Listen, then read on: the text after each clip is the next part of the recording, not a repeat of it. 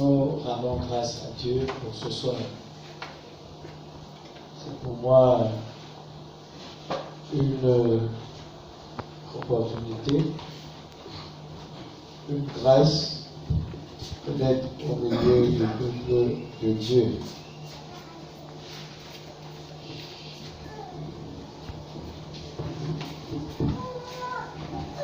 Nous voulons prier. Je te rends grâce pour ce soir à cause de ta bonté, Seigneur. Que Dieu nous manifeste à chacun de nous déjà ici présents et à ceux qui vont continuer de s'ajouter. Tu es le Dieu véritable.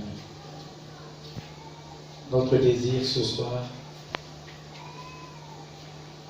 s'il te plaît Seigneur, c'est que personne ne rentre comme il est venu.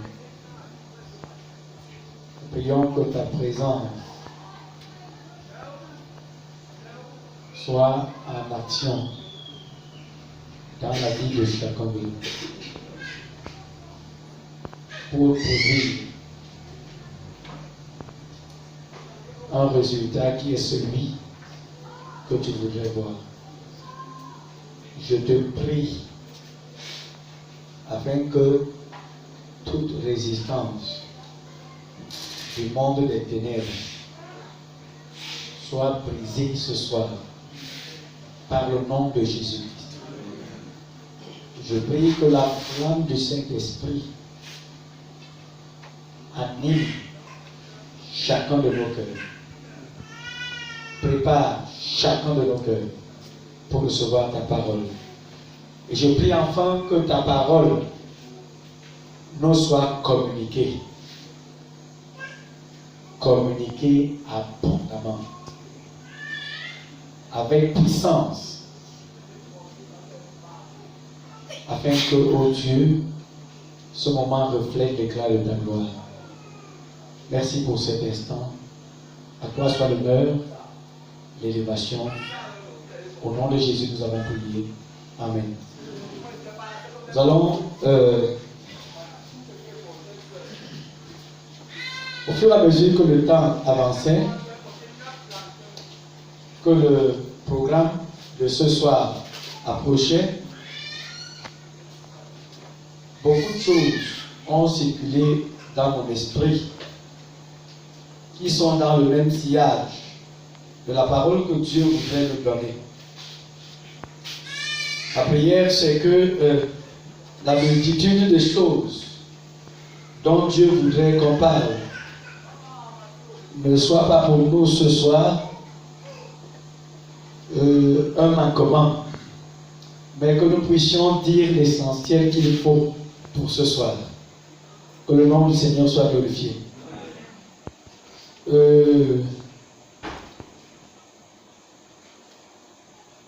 Bon, commençons par 2 Rois.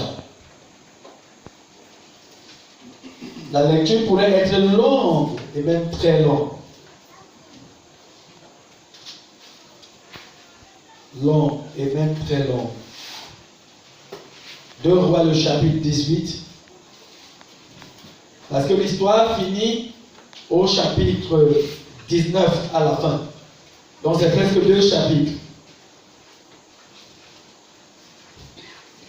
Je prie Dieu qu'il nous donne la grâce d'extraire dans ces 2 chapitres l'essentiel des passages qu'il nous faut consulter. Gloire à Dieu. Mais avant cela, nous allons lire dans 2 Rois chapitre 6. 2 Rois chapitre 6. Gardez déjà à l'esprit l'histoire, parce que ce soir, nous allons nous rapprocher de l'histoire de la parole de Dieu pour être bénis, pour encourager notre foi. 2 Rois chapitre 6. Ici également, nous allons lire Mais cette fois-ci du verset 8 jusqu'au verset 17. On devrait pouvoir aller jusqu'au verset 23.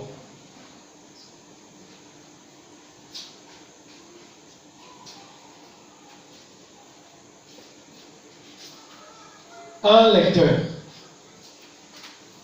2 Rois chapitre 6. 2 Rois chapitre 6. À partir du verset 8. Oui. Le roi de Syrie était en guerre avec Israël. Le roi de Syrie était en guerre avec Israël. Et dans un conseil qu'il tint avec ses serviteurs, il dit, Dans un conseil qu'il tint avec ses serviteurs, il dit, mon camp sera dans un tel lieu. mon camp sera dans un tel lieu. Mais l'homme de Dieu fit dire au roi d'Israël, Mais l'homme de Dieu fit dire au roi d'Israël, garde-toi de passer dans ce lieu, garde-toi de passer dans ce lieu dont il est question, car les Syriens y descendent. car les Syriens y descendent. Et le roi d'Israël envoya des gens Et le roi d'Israël envoya des gens pour s'y tenir en observation vers le lieu que lui avait mentionné et signalé l'homme de Dieu. Vers le lieu que lui avait mentionné et signalé l'homme de Dieu. Cela arriva non pas une fois ni deux fois. Cela arriva non pas une fois ni deux fois, c'est-à-dire plusieurs fois. Le roi de Syrie en eut le cœur agité. Le roi de Syrie en eut le cœur agité. Il appela ses serviteurs et leur dit, Il appelle donc ses serviteurs et leur parle. ne voulez-vous pas me déclarer lequel de nous est pour le roi d'Israël? Dites-moi parmi nous qui est traître au milieu de nous. L'un de ses serviteurs répondit, Un serviteur dit parmi ses serviteurs, personne, ô roi mon Seigneur. sache que personne n'est traître, roi mon Seigneur. Mais Élisée, le prophète, Mais Élisée le prophète, qui est en Israël, rapporte au roi d'Israël les paroles que tu prononces dans ta chambre à coucher. même si tu prononces les paroles dans ta chambre à coucher, Élisée les rapporte au roi d'Israël. Et le roi dit, Et le roi dit donc, allez et voyez où il est. allez et voyez où se trouve Élisée. Et je le ferai prendre. Et je le ferai prendre. On vint lui dire, voici, il est à Dothan. On vient lui dire qu'il est à Dothan. Il y envoya des chevaux, des chars et une forte troupe Il envoie des chevaux, des chars et une forte troupe. qui arrivaient de nuit et qui enveloppèrent la ville. Ils arrivent la nuit. Ils entourent la ville. Le serviteur de l'homme de Dieu se leva de bon matin et sortit. Quand le jour paraît, le serviteur de l'homme de Dieu se lève. Et il sort. Et voici, une troupe entourait la ville. Il se rend compte qu'une grande troupe entoure la ville. Avec des chevaux et des chars. Avec des chevaux et des chars. Et le serviteur dit à l'homme de Dieu, Et le serviteur dit à l'homme de Dieu, ah, mon Seigneur, ah, mon Seigneur, comment ferons-nous? comment ferons-nous?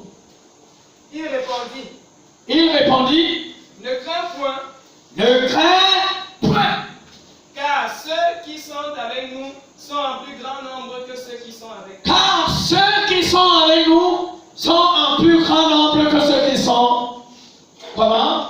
Avec eux. Élisée pria et dit, Élisée pria et dit, Éternel,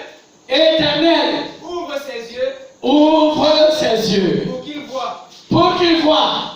Et l'Éternel ouvrit les yeux du serviteur, Et l'Éternel ouvrit les yeux du serviteur, qui vit la montagne pleine de chevaux et de chars de feu autour d'Élisée. et il voit la montagne pleine de chevaux, de chars, de feu autour d'Élisée. Les Syriens descendirent vers Élisée. Les Syriens descendirent vers Élisée. Il adressa alors cette prière à l'Éternel. Daigne frapper d'aveuglement cette nation. Et l'Éternel les frappa d'aveuglement. Gloire à Dieu. Voici une histoire. Vous savez, c'est bon de servir Dieu. C'est bon de connaître le Dieu en qui on a cru. C'est bon de marcher avec Dieu avec une pleine assurance. Et lorsque nous disons que nous sommes devenus des enfants de Dieu, nous devons savoir avec une conviction réelle qu'il s'agit de la vérité. Gloire à Dieu. On n'est pas enfant de Dieu seulement parce qu'on est dans une religion. On n'est pas enfant de Dieu seulement parce qu'on va dans un groupe écouter les paroles. On est enfant de Dieu parce qu'un jour, on a fait une alliance avec Dieu. Et à partir de ce jour-là, les choses ont changé dans notre vie. Nous avons désormais l'assurance que chaque jour, à chaque instant, notre Dieu est avec nous. Gloire à Jésus. Et je voudrais te dire ce soir, si à un moment donné de ta vie, tu as pris conscience de tes péchés, tu as décidé de les abandonner de tout ton cœur pour servir Dieu, tu t'es engagé avec Dieu jusque dans les eaux du baptême, parce que tu veux la vie éternelle. L'éternel est ton Dieu. Gloire à Dieu. Et il est question que tu prennes conscience à partir de ce soir que tu n'es pas n'importe qui, que tu n'es pas seul et que d'ailleurs à chaque circonstance, Dieu t'accompagne. Gloire à Jésus. Ma prière, c'est que Dieu produise des actions efficaces ce soir dans la vie de chacun de nous. Je ne peux pas connaître vos problèmes. Je ne peux pas connaître vos soucis. Je ne peux même pas assez connaître les soucis de ce peuple. Mais l'Éternel qui connaît nos soucis voudrait qu'on entende cette histoire ce soir. Alors, Élisée, on dit que le roi d'Assyrie était en guerre contre Israël. Je crois que c'est là que nous commençons. Le roi de Syrie était en guerre contre Israël. Israël est le peuple de Dieu. Le roi d'Assyrie est l'ennemi du peuple de Dieu. Quand tu te dresses contre le peuple de Dieu, tu es l'ennemi du peuple de Dieu. Et la personne qui est derrière les plans qui peuvent être organisés contre le peuple de Dieu, c'est le diable et ses agents. Gloire à Dieu. Amen. Et Dieu sait dans la vie des hommes comment le diable opère jusqu'à les rendre misérables, jusqu'à les rendre dépendants des choses qui sont pour eux-mêmes leur propre destruction.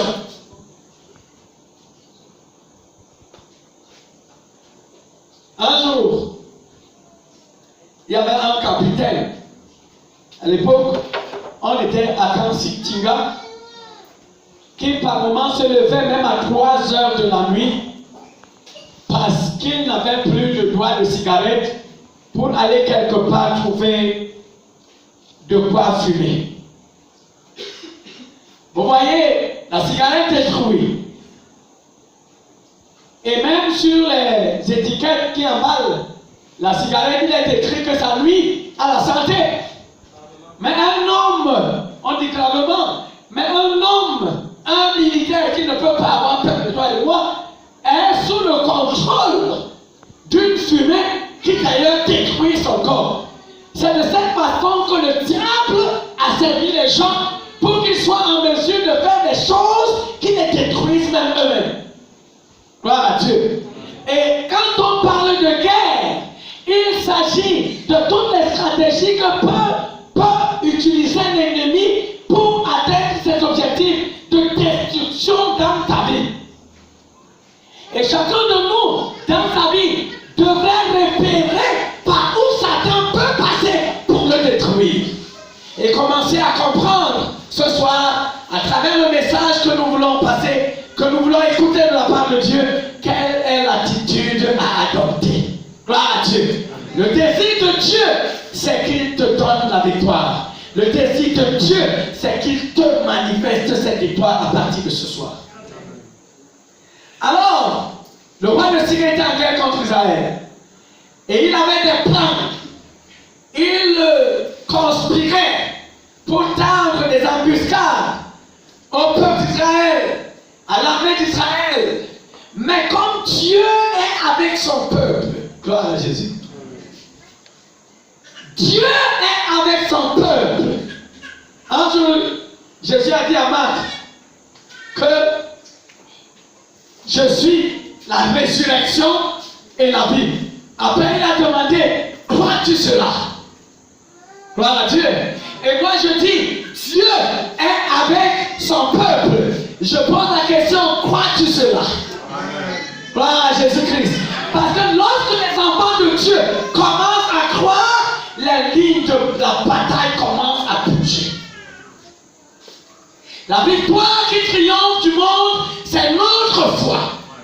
Et nous devons croire que notre Dieu, non seulement il est au milieu de nous, non seulement il nous accompagne, mais il est sur le point d'agir et il veut agir. Gloire à Jésus. D'autres personnes ont des problèmes, peut-être comme le mariage, comme la maladie, comme des blocages, comme des choses qui deviennent chroniques. Certains ont même l'impression qu'ils sont sous la malédiction. Mais quelquefois, on ne s'imagine pas jusqu'à quel point Dieu est avec nous. Et nos cœurs restent fermés dans l'incrédulité. Et nous n'emmenons pas Dieu à l'action. Ce soir, Dieu voudrait que tu l'emmènes à poser des actes efficaces dans ta vie. Amen. Gloire à Dieu. Et nous allons prier tout à l'heure. Et je crois que les murailles de l'enfer seront écroulées et au milieu de nous et dans la vie de chacun de nous. Amen. Et que les choses ne seront plus jamais pareilles. Amen. Que le nom du Seigneur soit glorifié. Alors pendant que lui, il tissait ses plans, comme Dieu n'a pas laissé son peuple seul, Dieu permettait que la chose soit connue de son peuple pour avoir des stratégies. Gloire à Dieu. C'est pour ça que quand Dieu nous donne des paroles, ne prenez jamais ça comme simplement des paroles que nous entendons. Comprenez la stratégie de l'ennemi. Et la Bible dit que nous n'ignorons pas ses desseins. Et prenez à vous, à votre niveau, quelques dispositions pour déjouer les desseins du diable. Un jour, le Seigneur m'a fait connaître par l'Esprit de Dieu en me posant une question.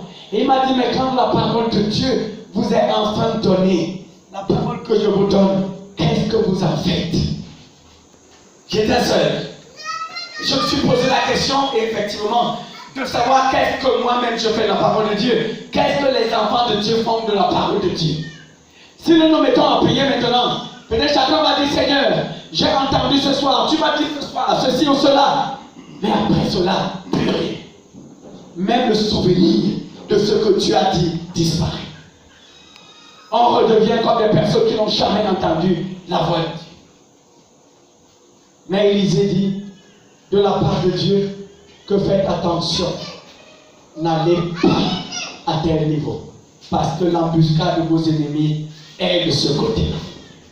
Et Israël évitait, on envoyait par exemple des gens vérifier, et la chose était nette. En sorte que le plan du monde des ténèbres était déjoué. Et c'est pour cela que Dieu nous donne le Saint-Esprit. La Bible dit que quand le Consolateur viendra, il vous conduira dans toute la vérité. Il vous annoncera des choses à l'avance. Gloire à Jésus-Christ. Oui, c'est de ça qu'il est question. Lorsque nous sommes devenus des enfants de Dieu, lorsque nous sommes le peuple de Dieu, le Seigneur ne permettra jamais, je dis jamais, et je pèse mes mots, que nous soyons surpris par quoi que ce soit. Mais lorsqu'il nous révélera ce qu'il faut faire, comment il faut vivre, pour contrecarrer ou contourner les assauts du monde des ténèbres, c'est là qu'il nous attend, afin que la victoire soit effective.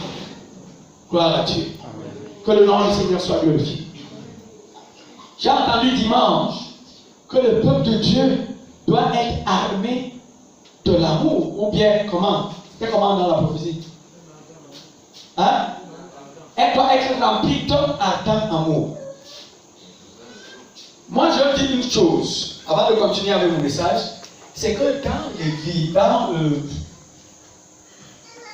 moi j'allais dire dans l'univers, mais je veux dire au milieu du peuple de Dieu, il n'y a pas eu arme. Quand vous voyez qu'on cite des armes dans Éphésiens 6, les armes spirituelles, remettez-vous. Vous vous souvenez, n'est-ce pas? Il y a une arme dont on ne parle pas. Mais pour moi, c'est l'arme la plus grave. C'est l'amour. Lorsque le peuple de Dieu est animé de l'amour de Dieu, pratique l'amour de Dieu, véritablement, il n'y aura jamais d'occasion de chute dans ce peuple. Satan ne trouvera jamais de faille pour faire quoi que ce soit. C'est comme si les portes lui sont fermées à clé. Il ne pourra jamais percer les murs du peuple de Dieu. Alors qu'avec les autres armes, on pourra réparer, quelquefois il pourra s'infiltrer, mais avec l'amour véritable, les choses changent. Je veux donc poser une question. Depuis que tu as entendu ça dimanche, est-ce que tu t'es assis quelque part pour te demander de quel côté l'amour te demande encore? Parce que c'est une interpellation pour chacun de nous. Notamment pour le peuple de Dieu. Et ensuite, la Bible dit que envers tous, n'est-ce pas, non? Qu'est-ce que tu fais? Ou alors, qu'est-ce que tu ne fais pas? Qu'est-ce que tu fais que tu ne devrais pas faire? Qu'est-ce que tu ne fais pas que tu devrais faire? Est-ce que tu as passé le temps pour comprendre? Parce que la guerre de Dieu n'est pas une guerre avec des chars et des bombes. C'est juste un positionnement dans la volonté de Dieu. Gloire à Jésus. Si tu veux vaincre avec Dieu, tiens-toi sur le fondement de la volonté de Dieu, de la parole de Dieu. Rien ne t'ébranlera. Pas un seul de tes cheveux ne tombera à terre sans la volonté de Dieu. Et chaque fois que tu prononceras les paroles, ce sera comme des bombes dans le camp du palais. Que le nom du Seigneur soit glorifié. Il disait, dis donc, méfiez-vous. Il est là-bas, n'allez pas là-bas, n'allez pas tomber dans son piège, et le peuple obéissait. Mais l'ennemi, le roi d'Apocésie, se rend compte que ses plans échouent. Échouent toujours. Il s'en prend à son propre peuple. Gloire à Dieu. Il dit qu'il y a un traître. On lui dit, non, il n'y a pas un traître. Nous sommes au courant que le Dieu d'Israël révèle tes secrets à un homme qui est en Israël, qu'on appelle l'homme de Dieu, afin que tes plans ne se réalisent pas. Alors, il dit, bon, où est-il? On dit à le temps, je l'enverrai prendre. Gloire à Dieu. Et c'est très important, frère. C'est pour ça qu'il faut prier pour les hommes de Dieu. Il faut prier pour votre conducteur. Parce que quelquefois, pour avoir connu le dessein du monde des ténèbres, pour l'avoir dénoncé à travers nos paroles, pour l'avoir bien exhorté dans le sens qui conduit à la manifestation de la gloire de Dieu, Satan dit que je vais le prendre. Gloire à Dieu. Un jour, Jésus a dit, on frappera le berger et les brebis se disperseront. Et il a dit même à ses disciples, vous vous en irez cette nuit, vous vous disperserez et vous me laisserez toute seule. Il ne s'est pas arrêté là. Il a dit en plus quoi? Mais je ne suis pas seul, car le Père qui m'a envoyé est toujours avec moi. Gloire à Jésus-Christ. Alors là, il dit que je ne l'enverrai pas.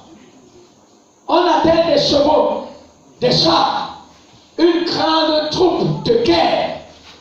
Et on vient la nuit, quand personne ne peut savoir, quand personne ne peut voir. Il y a des choses que le monde des ténèbres dit, même pendant que nous dormons, même pendant que nous ne sommes pas présents, sans que personne d'entre nous ne soit au courant. Gloire à Dieu. Amen.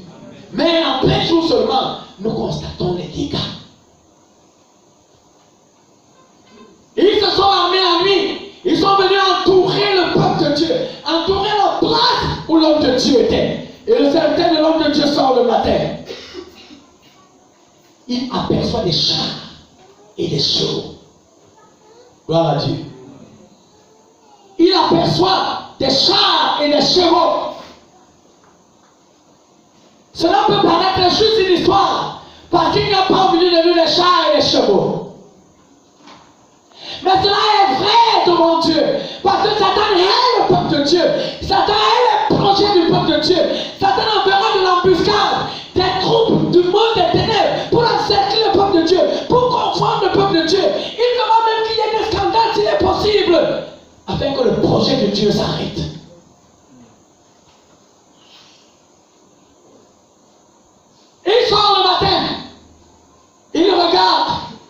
il voit des troupes qui encerclent. C'est parce qu'il doit dire Yaoundé, ou alors Gousso, ou alors derrière transformateur. Il n'y a pas moyen d'échapper. Parce que si quelqu'un voulait sortir pour s'enfuir, il tombait dans le filet des ennemis. À des moments, quand on est confronté à des situations où on a besoin de la solution, ce n'est pas nécessaire de fuir. Ce n'est pas nécessaire d'éviter. Il faut rester calme, faire confiance à Dieu. Gloire à Dieu. Il faut parler à Dieu afin que Dieu te donne une solution. Il faut parler à Dieu afin qu'il ouvre les yeux. Vous savez, l'une des paroles qui m'accompagnent dans ma vie et qui sont mon réconfort, c'est les paroles de Jésus qui dit dans Matthieu 28. Il dit, voici, je suis avec vous tous les jours jusqu'à la fin du monde. Et vous savez qu'il est impossible que Dieu mente. Beaucoup de gens, quand ils sont dans des situations très compliquées, ils se lamentent, ils posent des regards sur les hommes, ils croient qu'on ne les écoute pas, ils croient qu'on ne les soutient pas. Mais Dieu ne nous a pas demandé de poser des regards sur les hommes. Dieu nous a demandé de poser les regards sur lui. Il a dit, croyez en Dieu, croyez en moi, que votre cœur ne se trouble point. Gloire à Dieu. Maudit soit quiconque se confie à l'homme, dans les narines duquel il n'y a que le souffle. Nos regards doivent être à Dieu qui est capable de toutes choses. Je voudrais qu'à travers ce moment, non seulement nous prions ce soir, mais quand nous allons rentrer dans la maison, que nous puissions affronter toutes les situations qui nous défient devant la présence de Dieu. Et l'Éternel qui nous donne cette parole produira du changement dans la vie de chacun de nous. Que le nom du Seigneur soit glorifié. Un changement sûr. Un changement sûr. Alors, ils sont encerclés. Et le serviteur vient se plaindre. Et l'homme de Dieu, nous sommes encerclés, on va faire comment? L'homme de Dieu dit, ne crains point. Car ceux qui sont avec nous sont plus nombreux que ceux qui sont avec eux. Est-ce que vous croyez cela? Qui croit à cela qui parle en ta main? Ceux qui sont en ta faveur sont plus nombreux que ceux qui sont contre toi. Parole de l'Éternel. À partir de ce jour, sache que ceux qui sont avec toi sont plus nombreux que ceux qui sont contre toi. Amen. Gloire à Dieu. Amen. Non seulement ils sont plus nombreux, mais si on prend l'un d'eux au nom de l'Éternel, il est seul capable de renverser le camp de l'ennemi.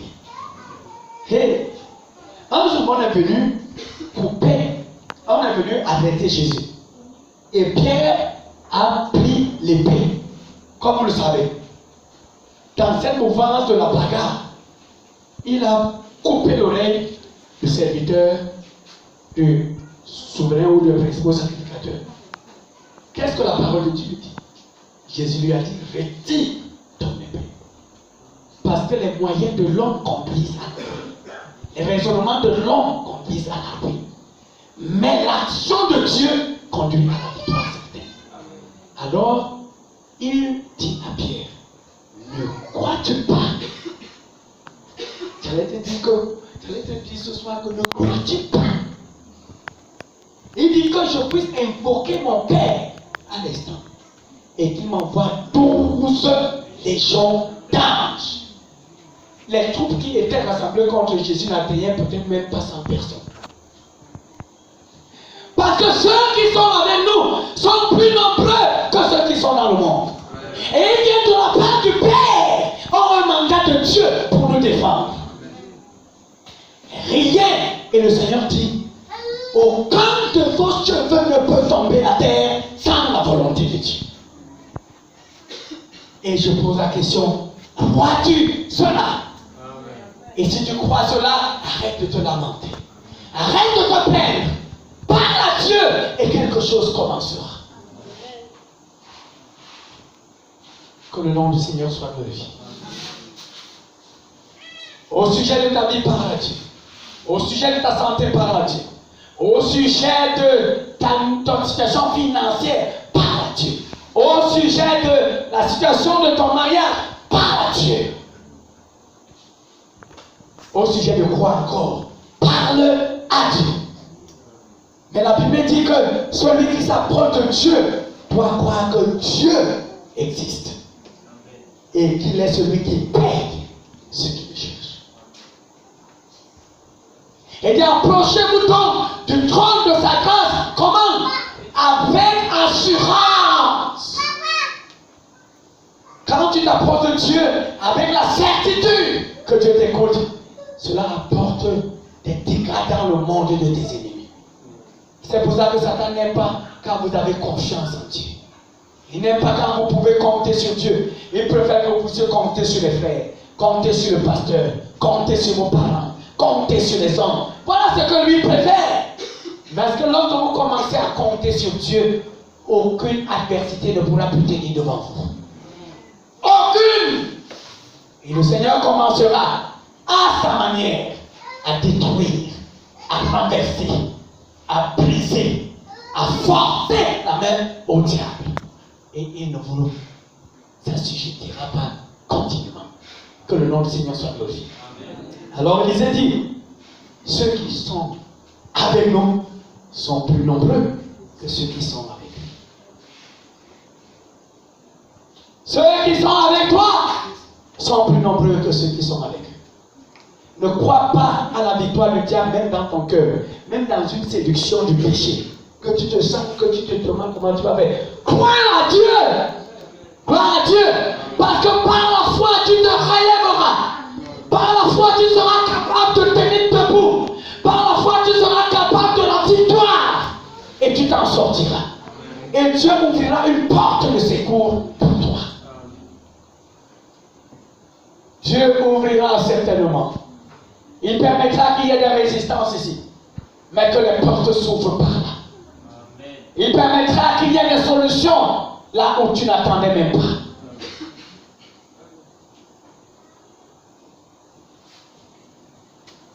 Je suis avec vous tous les jours jusqu'à la fin du monde. Alors, quand Élisée dit à cet homme cela, il prie Dieu. Gloire à Dieu. C'est pour ça que la prière est importante. Il dit, Seigneur, ouvre-lui les yeux. Et quand les yeux se sont ouverts,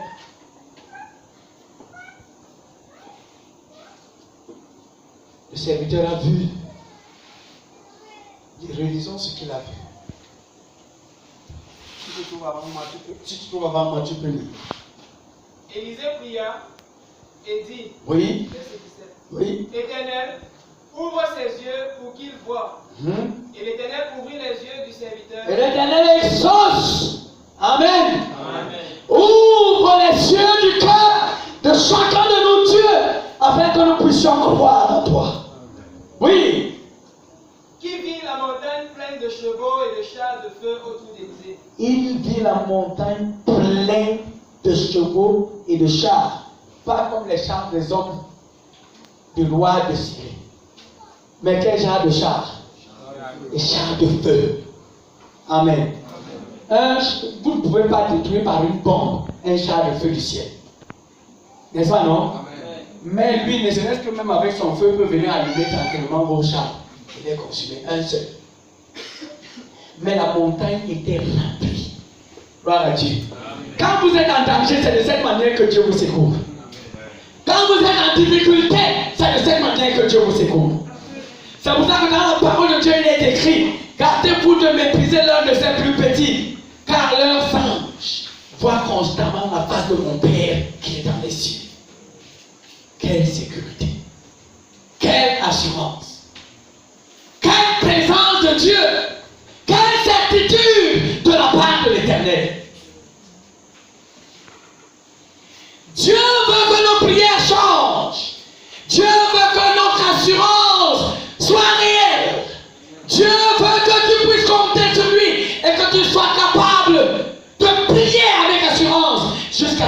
résultats se produisent. Parce que Dieu a apprêté les troupes du ciel pour secourir ce peuple. Gloire à Jésus-Christ.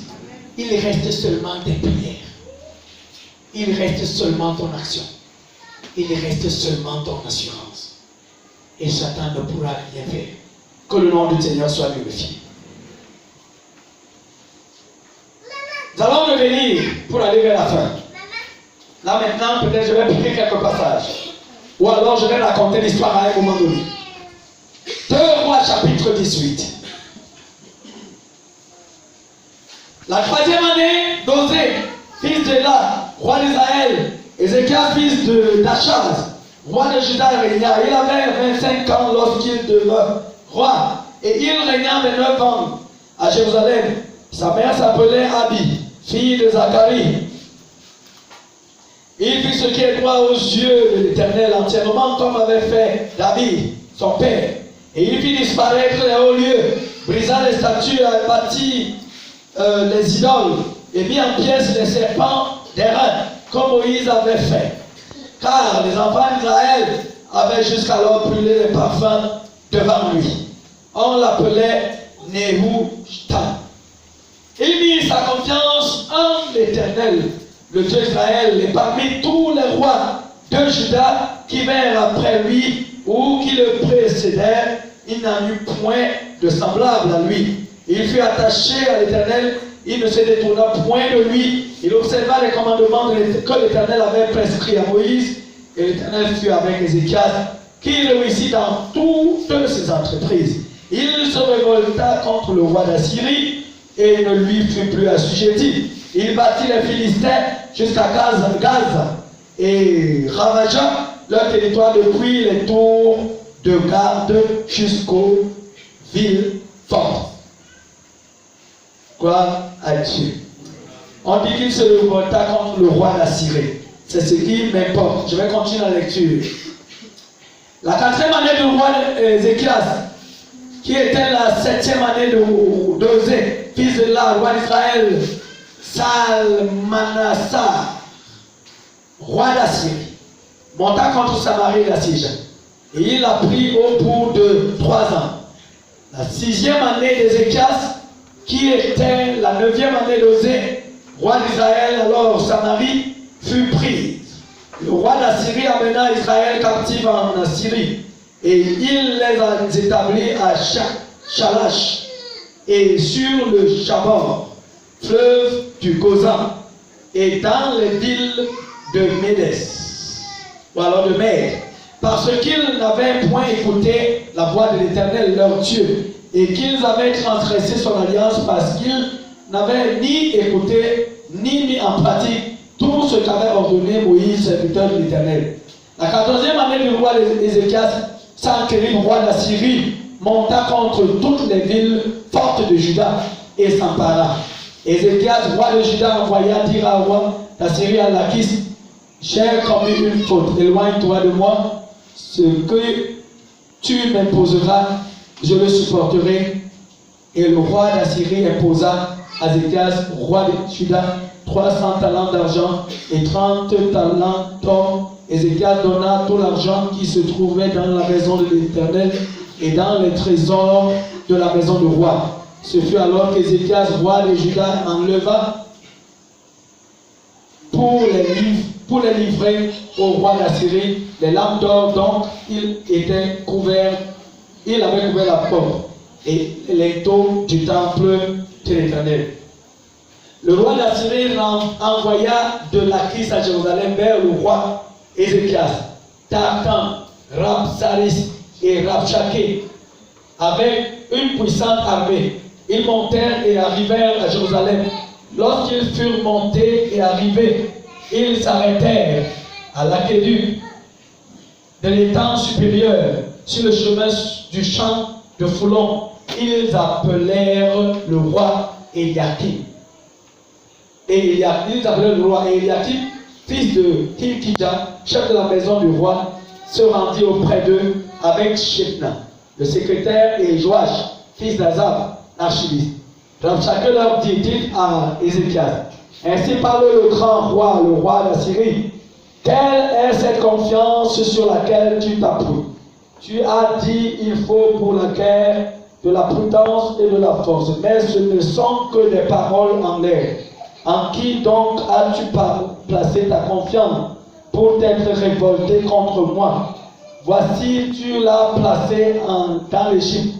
Tu as pris pour soutien ce roseau cassé qui pénètre et perce la main de quiconque s'appuie dessus. Tel est Pharaon, roi d'Égypte, pour tous ceux qui se confient en lui. Peut-être me direz-vous, c'est en l'Éternel notre Dieu que nous nous confions. Mais n'est-ce pas lui dont Ézéchias a fait disparaître les hauts lieux, les autels, en disant à Juda, Jérusalem, vous vous prosternerez devant cet autel de Jérusalem. Maintenant, fais une convention avec mon maître, roi d'Assir. Je te donnerai 2000 chevaux et tu peux fournir des cavaliers pour les monter. Comment repousseras-tu un seul chef d'entre les moindres serviteurs de mon maître? Tu mets ta confiance en l'Égypte pour les chars et pour les cavaliers. D'ailleurs, est-ce sans la volonté de l'Éternel que je suis monté contre ce lieu pour le détruire? L'Éternel m'a dit, monte contre ce pays et détruis-le. Gloire à Dieu. Amen. Voilà une histoire. Un roi se révolte contre un roi d'Israël. Je vais vous raconter l'histoire du roi d'Israël. Il était un homme intègre. Il avait abattu les hauts lieux. Il avait fait disparaître le péché. Il craignait Dieu de tout son cœur. Il s'est révolté contre un ennemi qui l'assujettissait.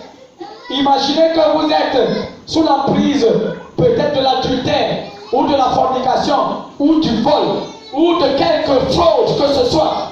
Vous vous révoltez, vous prenez position et que l'ennemi redouble d'ardeur maintenant. À peu près c'est de ça qu'il est question.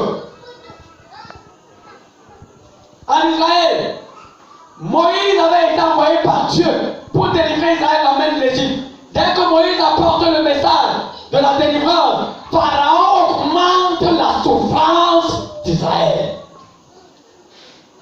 Quelquefois, il arrive que nos difficultés deviennent encore plus nombreuses lorsque le doigt de Dieu commence à agir. C'est ce qui se passe ici. Déjà, il avait pris l'or du temple et de sa maison, il avait donné. Mais on avait conquis quelques villes de Juda, sauf Jérusalem. Ce qui était important, qui restait à Juda, c'était Jérusalem. Et tant que l'ennemi n'avait pas conquis Jérusalem, qui était le cœur de la foi de ceux qui espèrent en Dieu, il ne pouvait pas rester tranquille. Tant que Satan ne t'a pas amené à renoncer à Dieu et aller te forcer à nouveau dans le péché, il ne sera pas content. Tant qu'il ne tuera pas ta foi jusqu'à ce que tu ne détournes du peuple de Dieu, il ne restera pas tranquille. Il pourra passer par la misère, il pourra passer par le péché, il pourra passer par les maladies, il pourra passer par des attaques de toute nature. Il ne se reposera pas. Mais quand il est venu vers Ézéchias, il a parlé de cette manière. Il a dit que tu t'appuies même sur quoi? Comme pour attaquer les forces sur lesquelles pouvait s'appuyer l'homme de Dieu. Parce que l'ennemi sait sur quoi repose ta confiance. Si ta confiance repose peut-être sur ta famille, je crains que tu t'appuies sur une branche morte, ou sur l'argent, ou sur une quelconque sécurité parmi les hommes. Je rends grâce à Dieu pour moi.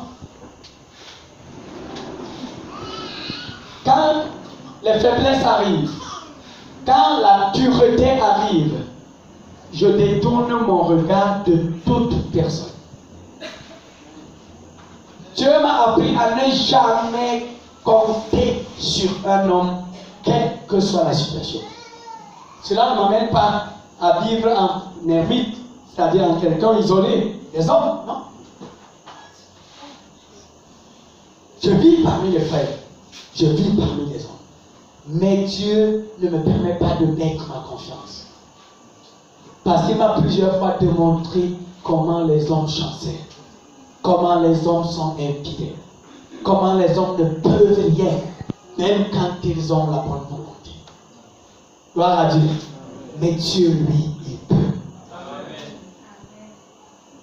Et il a même dit, pour créer la culpabilité dans le cœur d'Ézéchias, n'est-ce pas c'est toi qui as cassé les hauts lieux sur lesquels on offrait à l'Éternel? Même le serpent des reins, comme Moïse avait fait, on venait offrir les parfums à l'Éternel. Toi, tu as détruit.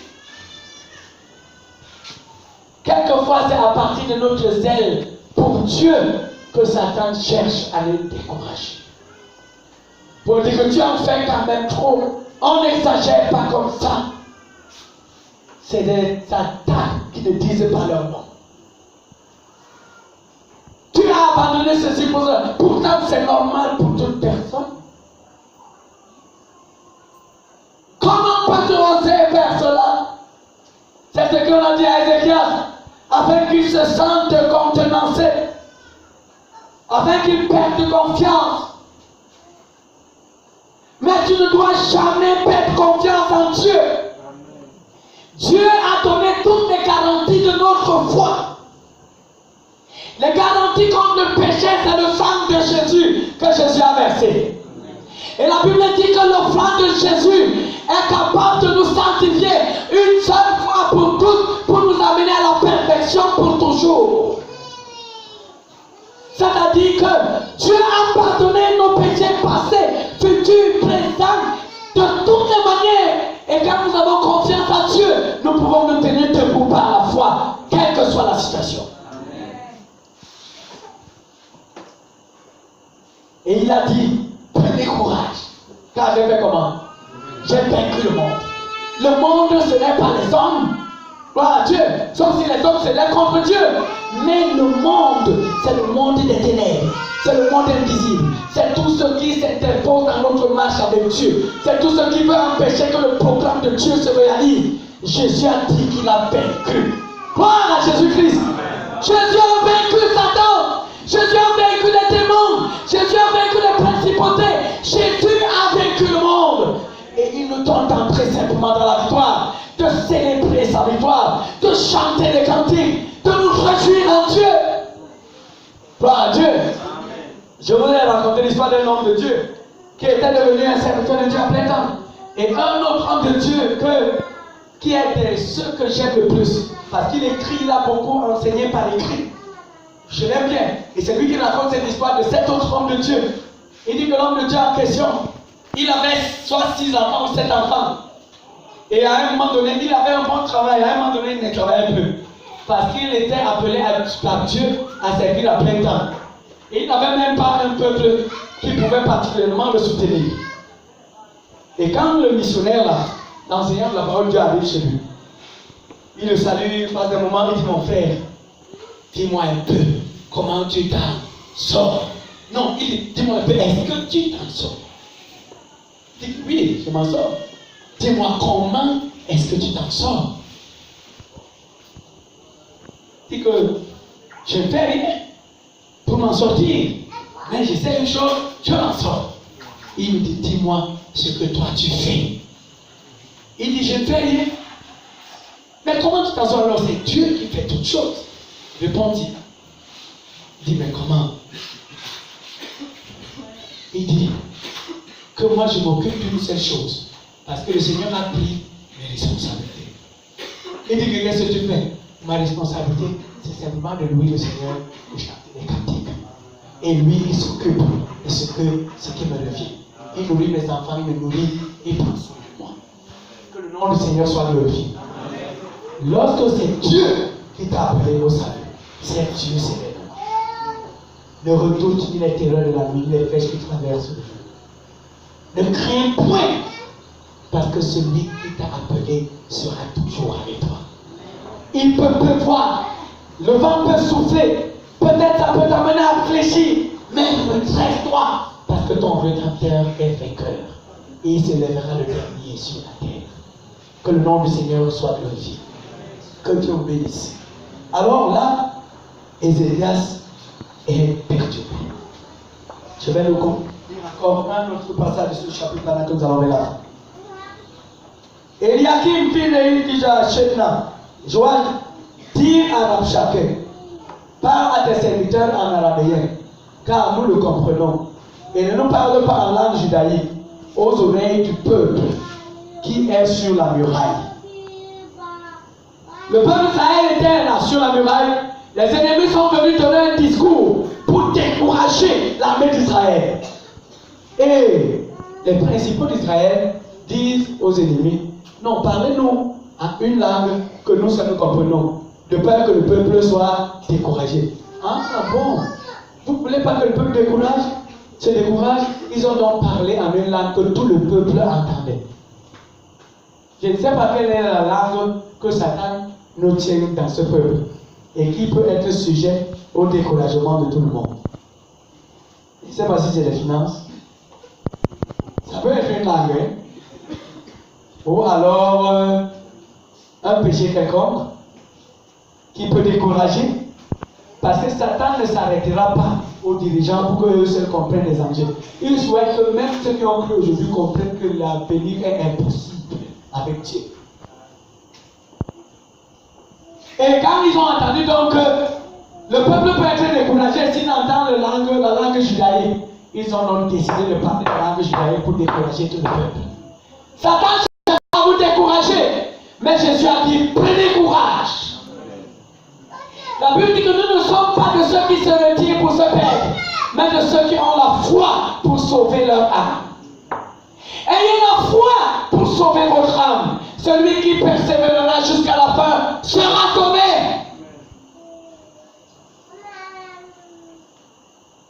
Alors, qu'est-ce qu'ils disent? Rabshakeh leur répondit, est-ce à ton maître et à toi que mon maître m'a envoyé dire ces paroles? N'est-ce pas à ces hommes assis sur la muraille pour manger leurs excréments et pour boire leurs urines avec vous?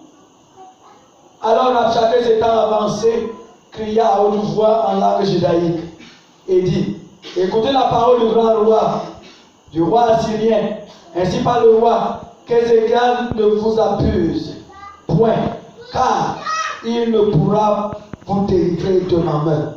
Ézéchiel ne vous amène point à vous confier à l'Éternel en disant, l'Éternel nous délivrera et cette ville ne sera pas livrée entre les mains du roi d'Assyrie. N'écoutez point Ézéchiel, car ainsi parle le roi d'Assyrie. Faites la paix avec moi, rendez-vous à moi et chacun de vous mangera de sa vie. Vous voyez l'ennemi? Il dit, n'écoutez pas votre conducteur, n'écoutez pas ceux qui vous donnent l'assurance en Dieu, que personne ne vous trompe, qu'en mettant votre confiance à l'Éternel, vous aurez la vie sauve. Voilà ce que l'ennemi disait. J'ai dit ici qu'il y a des personnes dans ce monde que quand ils pensent qu'ils veulent te faire du mal, ils font ce qu'on appelle, on te coupe les vivres. Et on te dit qu'on te livre à ton Dieu. Et on sait qu'on t'a fait le plus grand mal, comme si Dieu était incapable de nourrir ici. Le problème de Dieu avec les hommes, c'est que les hommes ne croient plus aujourd'hui en Dieu. Mais Dieu est capable de vous nourrir. J'ai vu Dieu me nourrir, moi. Vous savez, lorsque le Seigneur m'a demandé de commencer à servir à plein temps, il n'y avait pas un peuple nombreux comme aujourd'hui. Et dans tout le peuple, il n'y avait pas un seul travailleur. À l'époque, j'étais le seul travailleur. J'étais un chef d'agence d'assurance. J'étais le seul travailleur ici, dans ce peuple. Les autres étaient soit des étudiants, de nouveaux convertis, qui n'avaient encore rien. Et le Seigneur me dit, tu te paies. C'était ici. Il y avait les bananiers ici, à l'époque. Parce que l'endroit que vous voyez ici, c'était une pente qui venait jusqu'à presque à la véranda. Et il y avait des bananiers ici. Un tas de bananiers ici. Et c'est ici que j'étais debout. Il me dit que tu te bats, tu te bats, tu te trouves pour chercher la survie. Il me dit, est-ce que je ne peux pas te nourrir? Est-ce que je ne peux pas te payer? À l'époque, j'avais seulement mon premier fils. C'était trop compliqué. Et il y avait des frères qui habitaient chez moi. Et la plupart des frères qui étaient à l'époque vivaient chez moi. venaient le week-end, dînaient régulièrement, dormaient régulièrement. D'autres s'attendaient à ce que c'est moi qui paye leur école. Et il fallait ce jour-là même que je me décide. Lorsque j'ai entendu la parole de Dieu, j'ai baissé ma tête. Les larmes ont commencé à couler. Parce que c'était une décision très importante. Les larmes ont commencé à couler. Les larmes ont commencé à couler. Et j'ai pris la parole pour dire à Dieu, à partir d'aujourd'hui, j'ai compris, je vais t'obéir. Je ne vais plus chercher l'argent. Je ne vais plus. Je vais te servir. Je vais vous dire un secret. Depuis le temps-là, tout ce que j'ai entrepris pour chercher l'argent a échoué. Les frères qui sont avec moi depuis un certain temps le savent. Je ne peux pas vous dire combien j'ai investi pour avoir une source de revenus. Ça a échoué. À telle enseigne que je me suis demandé de quoi il est ici.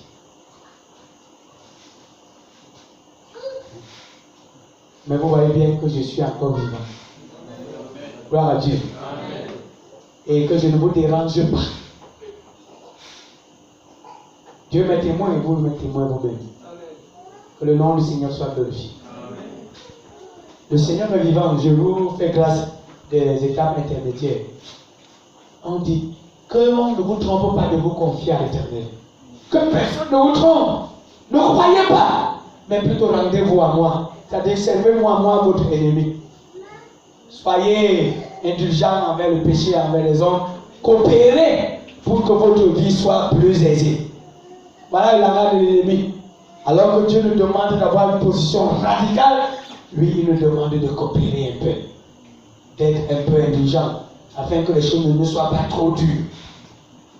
Certains même, il leur demande de rester dans une vie de péché, soit de concubinage, soit d'adultère, soit de quoi que ce soit, pour que la vie leur soit un peu aisée. Mais pour nous qui croyons en Dieu, nous savons que notre délivrance est entre les mains de l'Éternel. Que le nom du Seigneur soit glorifié. Qu'on ne vous abuse pas en disant l'Éternel nous sauvera de la main du roi d'Assyrie. Gloire à Jésus. Après cela, quelque chose se passe. Lorsque Ézéchias, verset chapitre 9, a entendu cela, il déchira ses vêtements, se couvrit d'un sac et alla dans la maison de l'Éternel. Il envoya Eliakim, chef de la maison du roi, Shebna et le secrétaire et les plus anciens des sacrificateurs, couverts de sacs vers Ésaïe, le prophète, fils d'Amon. Et il lui dit, ainsi parle Ézéchias, ce jour est un jour d'angoisse, de châtiment, d'opprobre, car les enfants sont prêts de sortir de sein maternel, et il n'y a point de force pour l'enfantement. Père, peut-être l'Éternel ton Dieu a-t-il entendu toutes les paroles de Rabshakeh que le roi d'Assyrie, son maître, a envoyé pour insulter au Dieu vivant. Peut-être l'Éternel ton Dieu exercera-t-il ses châtiments à cause des paroles qu'il a entendues. Fais donc monter une prière pour le reste qui subsiste encore. Les serviteurs du roi allèrent donc auprès d'Ésaïe, et Ésaïe leur dit, voici ce que vous direz à votre maître. Ainsi parle l'Éternel, ne te fais point des paroles que tu as entendues, et par lesquelles m'ont outragé les serviteurs du roi d'Assyrie. Je vais mettre en lui un esprit tel que, sur une nouvelle qu'il recevra, il retournera dans son pays, et je le ferai tomber par l'épée dans son pays. Gloire à Jésus-Christ. Voilà ce qui se passe. Voici ce qui se passe donc. Donc, pendant qu'il y a la menace, Ézéchias ne le court pas à un homme. Ézéchias s'en va dans la maison de Dieu. Il envoie ses serviteurs chez l'homme de Dieu pour recevoir le message de Dieu pour la circonstance. Ézéchias s'en va prier. Si vous lisez Ésaïe, vous comprendrez ce que je dis. Ésaïe 37. Et il s'en va, il crie à Dieu, il prie à Dieu. Et je me souviens de tout ce qu'il pouvait évoquer, toutes les menaces que l'ennemi avait proférées. Il les identifiait. Il savait toutes les paroles, toutes les malédictions, toutes les faiblesses qu'il voulait provoquer chez le peuple. Il les présentait devant le Seigneur. Dans Ésaïe, on dit qu'il a amené les lettres. Gloire à Jésus. Que Sanchérib, roi d'Assyrie, a envoyé. Il les a déployés devant l'Éternel, afin que l'Éternel lise la menace. Tu peux prendre ta situation ce soir et la présenter devant Dieu, afin que Dieu la voie. Et ce soir même, la réponse de Dieu va paraître. Nous allons prier, non pas moi, mais tu prieras toi-même. Et je prierai aussi, et quelque chose de la part de Dieu se passera. J'espère que chacun de nous a une situation qu'il veut présenter à Dieu. Parce que dans quelques jours, ou dans quelques semaines, ou dans quelques mois, nous aurons les résultats de la défaite du monde des ténèbres. Amen. Le camp de l'ennemi est dans le trouble, parce que l'Éternel veut visiter son peuple, parce que Dieu augmente la foi de ses enfants pour faire confiance en Dieu. Séparez-vous de tout ce qui est coupable. Servez Dieu de tout votre cœur. Soyez à la disposition de Dieu et Dieu interviendra. La menace de l'ennemi ne sert à rien. Nous allons lire pour la fin maintenant.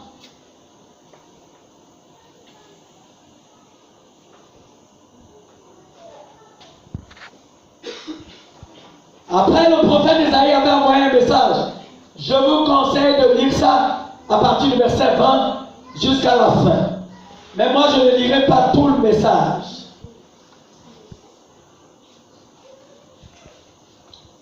Aïe, aïe, je ne sais pas où je dois commencer pour que cela vous fortifie la foi.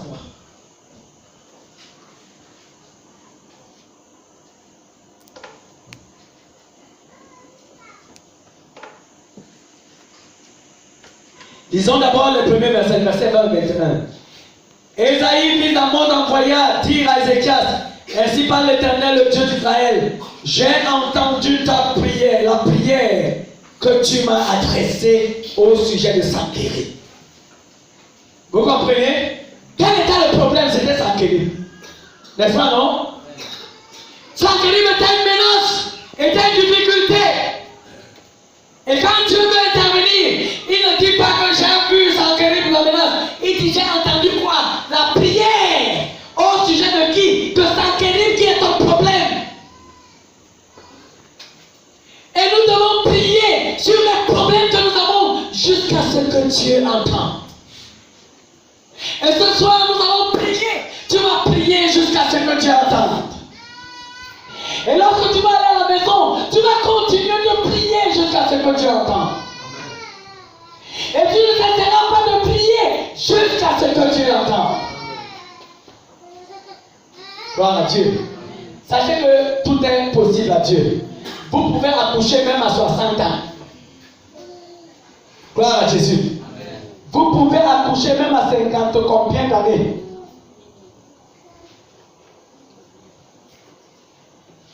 Vous pouvez vous marier même si vous êtes déjà une vieille femme.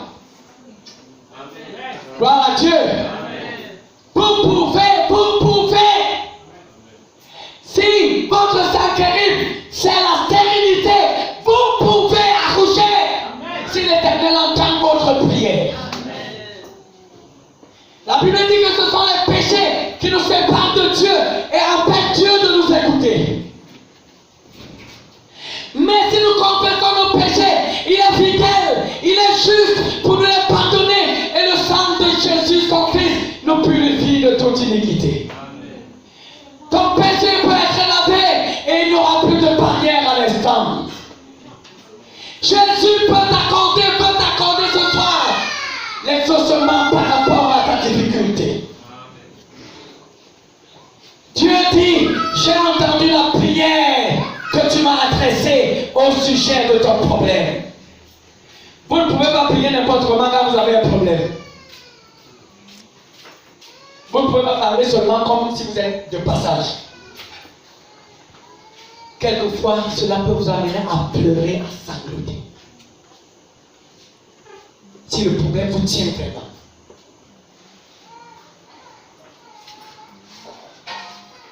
Mon père dit souvent que lui, quand il se tient devant Dieu pour prier pour un problème, s'il prie, il arrive au niveau où il en vient aux larmes, il commence à pleurer, il sait que Dieu a exaucé. J'ai l'impression que Dieu aime quand ça nous touche jusqu'à ce que nous pleurions.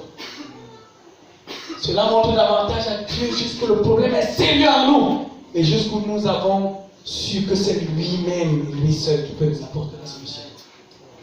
Parce que quand vous ne pleurez pas encore, peut-être vous comptez sur le frère Emmanuel. Mais quand vous n'avez plus d'autres issues que Dieu, les larmes vont couler. Vous allez appeler Dieu avec assurance. Et Dieu veut que vous l'appeliez avec assurance ce soir.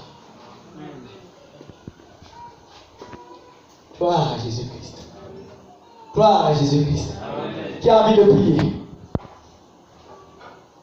Gloire à Jésus. Qui a un problème qu'il veut présenter à Dieu ce soir? Ah oui!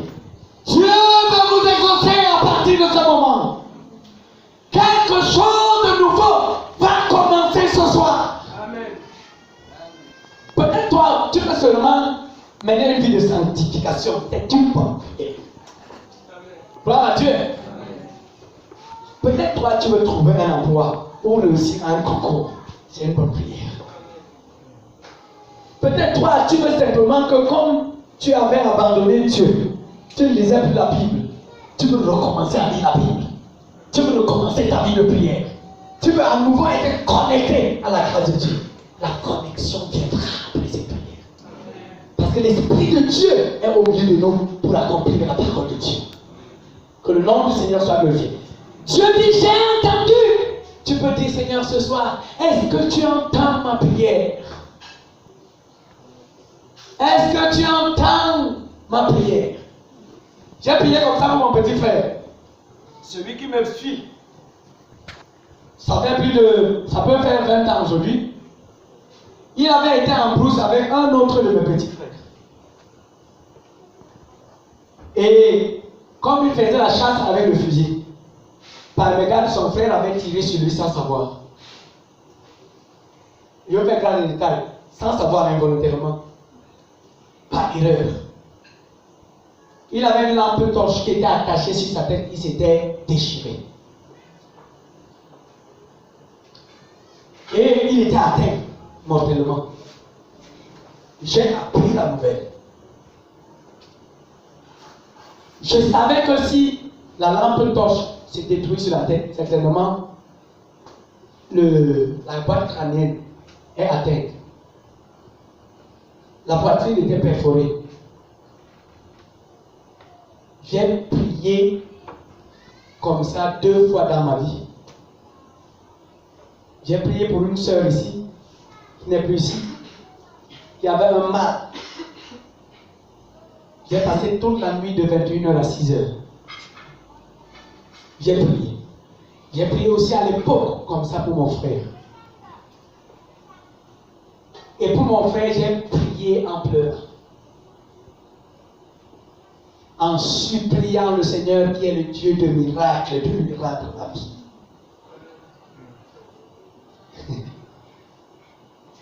Vous n'en revenez pas. Personne ne peut le comprendre, sauf moi. Parce que j'ai compris ce qui s'était passé. Non seulement il n'avait pas été traité vite, au point où il avait désespéré de vivre,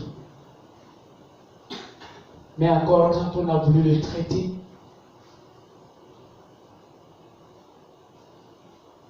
on a compris qu'il pouvait vivre.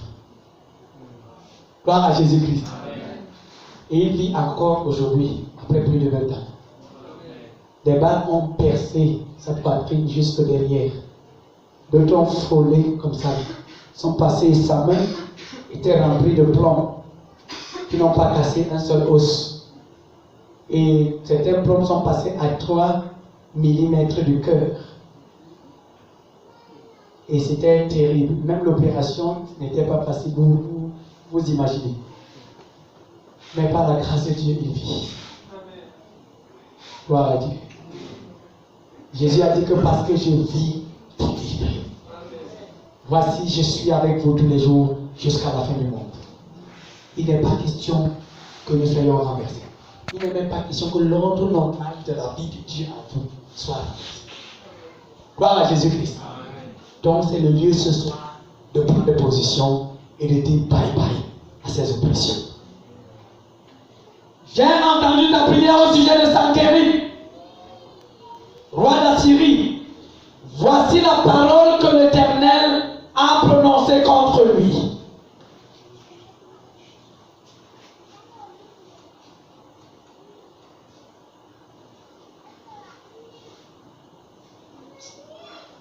Ah bon, vous pouvez lire la suite. Mais moi je m'en vais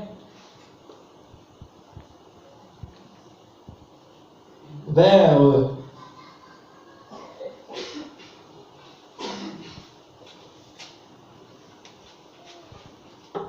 verset 32. C'est pourquoi ainsi parle l'Éternel sur le roi d'Assyrie. Il n'entrera point dans cette ville. Alléluia. Parce qu'il était sur le point d'entrer à Jérusalem et conquérir Jérusalem.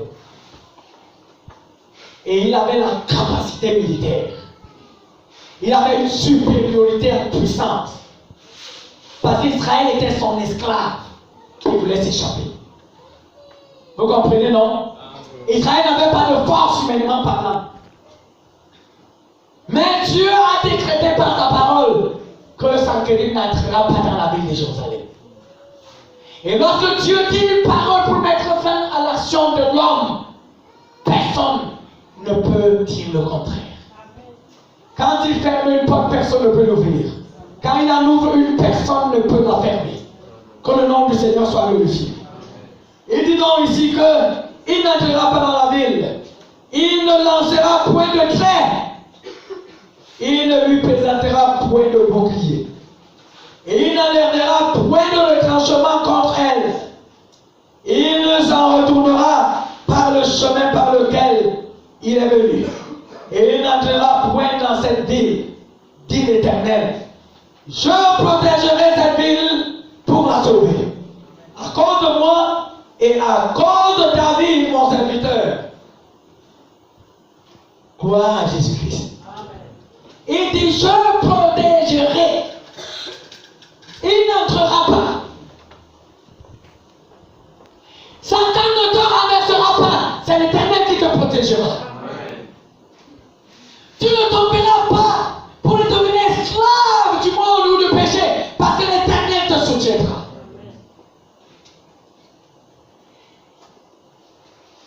Le problème de ta vie ne subsistera pas, parce que Dieu seul peut t'en délivrer. Et il le fera. Crois seulement et tu verras la gloire de Dieu. Cette nuit-là, l'ange de l'Éternel sortit et frappa dans le camp des ennemis, c'est-à-dire des Assyriens, 185 000 hommes. Il frappa 185 000 hommes.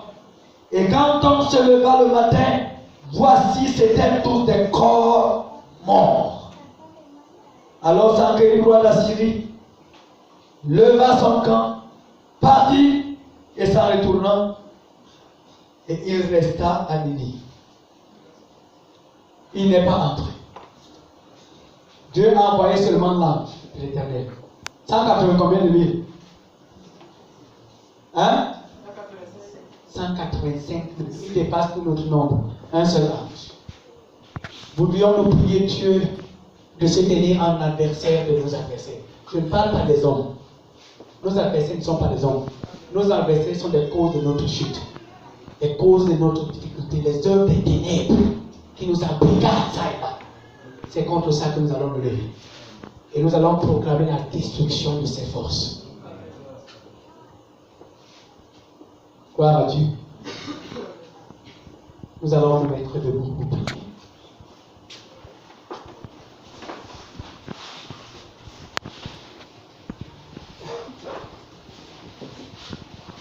Tous des corps morts. Or, comme il était prosterné dans la maison de Nisro, son Dieu, Adramélec et Chareset, ses fils, le frappèrent avec l'épée et s'enfuirent au pays d'Ararat. Et Esarhaddon, son fils, régna à sa place. Il s'est attaqué au peuple de Dieu. Il s'est attaqué aux enfants de Dieu. Il s'est attaqué à Jérusalem, qui est le cœur de la foi du peuple de Dieu. Et Dieu n'a pas permis qu'il entre dans la vie. Dieu n'a pas permis qu'il cause des dégâts que lui, Dieu n'a pas permis. Et au contraire, 485 000 hommes de son armée sont tombés sans qu'un seul soldat d'Israël se déploie. Notre Dieu n'est pas un homme, il est Dieu. Il peut défendre, il est vainqueur, il est tout puissant. Nous allons mettre notre confiance en Dieu et nous allons prier maintenant. Je ne sais pas si quelqu'un a un chant. 361. Le cantique, quelqu'un pour venir chanter. Frère Aubin vient de chanter ça ici. Tu es malade? Oui, ça nous permettra de mieux prier. On a dit quel numéro?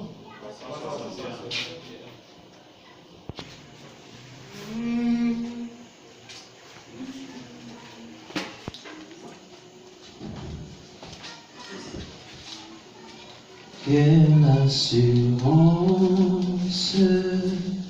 Christ est ma vie. Déjà je goûte le paradis. Le Seigneur fait de moi son enfant. Quelle assurance envers Dieu pendant que tu chantes. Sauvé par grâce, Tu es sauvé, tu appartiens à Dieu. Et si toi ce soir, tu n'avais pas encore fait la paix avec Dieu, et que ton péché subsistait, pendant que nous chantons, demande pardon à Dieu. Dis à Jésus de pardonner tes péchés. Dis-lui qu'à partir d'aujourd'hui, tu veux le servir. Christ est ma gloire, Christ est mon chant. Alléluia, éternellement. Au pied du Maître, le beau parfait, bon de Élisée a dit, ouvre-lui les yeux. est satisfait. Et Dieu a ouvert les yeux à ton serviteur. Il a vu beaucoup de chars de feu et des chevaux qui étaient prêts pour la guerre. Le ciel est prêt à livrer la bataille. La décision et l'issue de la bataille dépend de notre Dieu. Avec vous, nous est dans ton camp, dans notre camp. Mais Dieu peut entendre ta prière ce soir. Maintenant, et la gloire de Dieu se manifestera.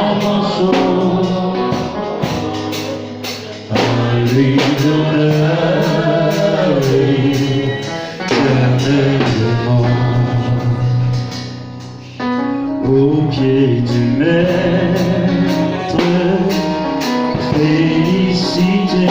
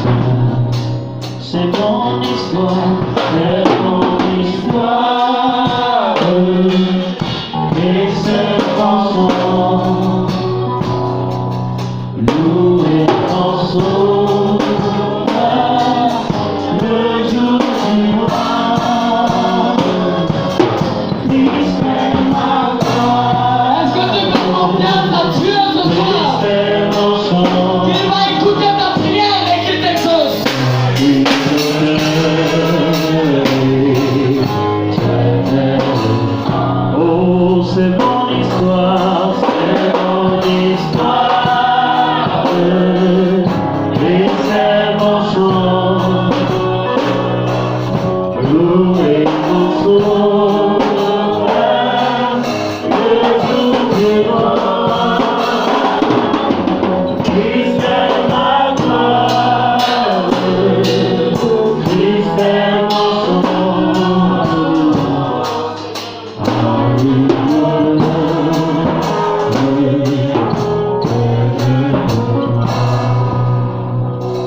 vas parler à Dieu maintenant. Ouvre ta bouche, parle